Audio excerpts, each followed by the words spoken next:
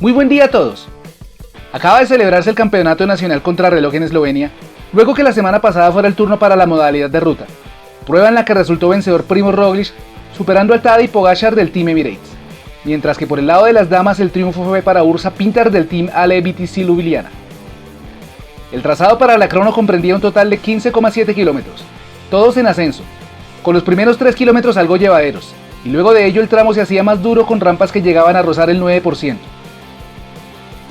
El recorrido fue el mismo para todas las categorías, iniciando desde temprano con los juniors, damas y varones, y más adelante la carrera élite de las damas en la que se impuso la corredora de la Ale BTC Ljubljana Urša Sigar, tercera el año pasado en esta misma prueba y también tercera la semana pasada en la carrera de ruta.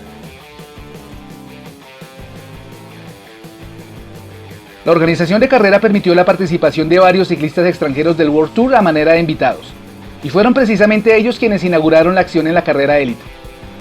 Entre los destacados estuvo el italiano del CCC Alessandro De Marchi, estableciendo un tiempo de 34 minutos 21 segundos que lo ubicaría en la novena plaza general.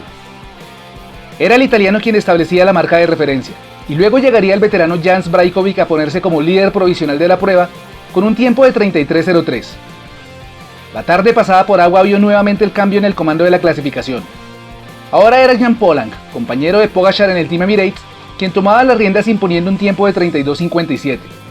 De esa manera solo restaba conocer el tiempo de los dos estelares que ya estaban rodando sobre el mojado asfalto. El primero de los dos en partir fue Tadej Pogačar, mentalizado en retener el título que había logrado el año pasado sobre Matthew Mohoric, y que también buscaba la revancha sobre Roglič, quien lo había vencido la semana pasada en la prueba de ruta. Pogačar logró terminar el trazado en 31 minutos, y al igual que su compañero en el UAE Team Jan Polanc, realizó un cambio de bicicleta para afrontar la segunda parte del trazado, hecho que al final resultaría determinante en el resultado de la carrera.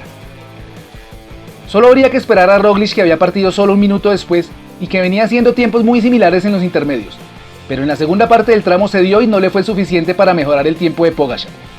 Llegaría a 9 segundos del hombre del Team Emirates y se perdía la opción del doblete ruta crono. El podio sería completado con Jan Polanc a 1:47.